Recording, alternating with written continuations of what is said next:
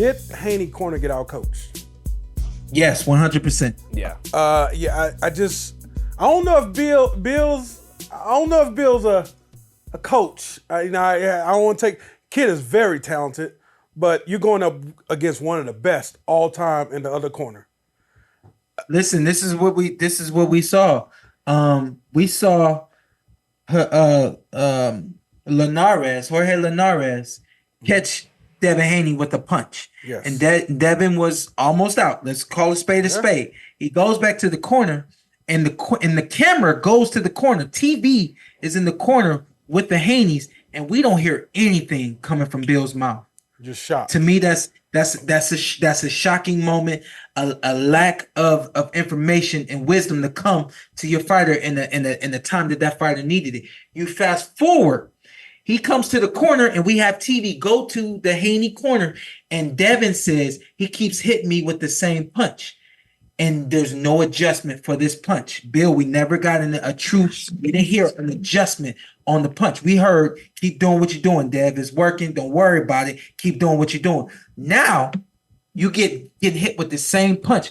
This is something that you were supposed to learn from. In the moment you got this decision against Loma, you go back and you take a look at that footage. Why did I keep getting hit with that punch? What's the adjustment that I need to make for this punch? Because moving forward, that first left hook lands, another left hook is not supposed to land through the entirety of the fight. I'm told y'all, I'm on record for saying this. Errol Spence hit me with the same hook twice. Boom. We boxing, same thing. Boom. And I said, I'm going to get hit with that hook again. And in the rest of the fight, I didn't get hit with that same punch.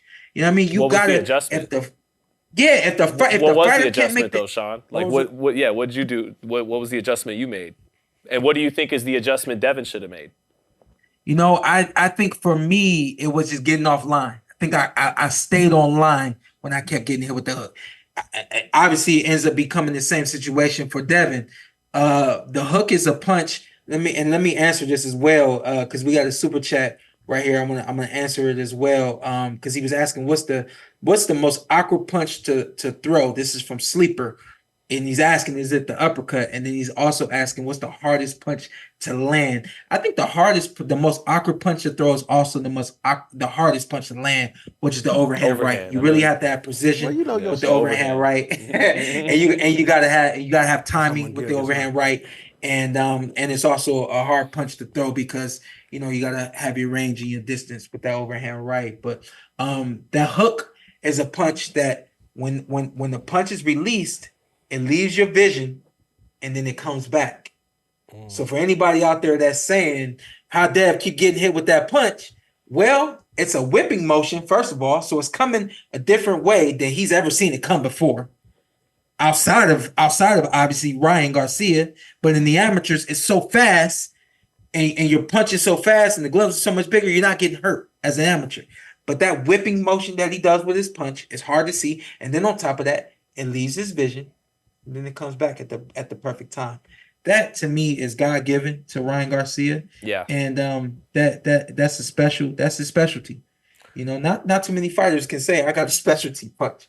That's his specialty punch. And that's why I kept landing. What's the adjustment? And I'll let you Antt, but the adjustment for Dev, number one, was to be jab, jab, jab, jab. Yeah. If you jabbing, he piled up a couple rounds after that first round off the jab. Yeah. And the jab was beautiful after that. He should have stayed with it. Jab, jab, jab. And then what didn't he do? He didn't use his feet. You get off line. Yeah. And that's what I did against Errol Spence. You got to use your feet and get off line. Go ahead, and my fault. I just, I held the Haneys at such a high level IQ-wise, especially Devin. I thought it took Devin to the point you could send Devin out there, and he's like Floyd Mayweather. He'll make adjustments on the fly. To the point, I thought Floyd didn't need his uncle, dad, last 10 Keep doing years. what you're doing, Floyd. Yeah. And that's why I thought Devin was at that point. But obviously, it's stuff he still needs to learn, Shawn. Go ahead, take it, Porter. Listen, my fight with Kell Brook, I narrated this on my boy George's show, and I got to make sure I get the name of it so I can shout it out. George Yakovich. But listen, for 12 straight rounds, I did the exact same thing against Kell Brook. I'm so much smarter than I fought against Kell Brook. I think y'all saw the intellect and the intelligence that I have later on in my career when we started doing some things different. I could have did that earlier in my career. I especially needed to do that early in my career against Kell Brook.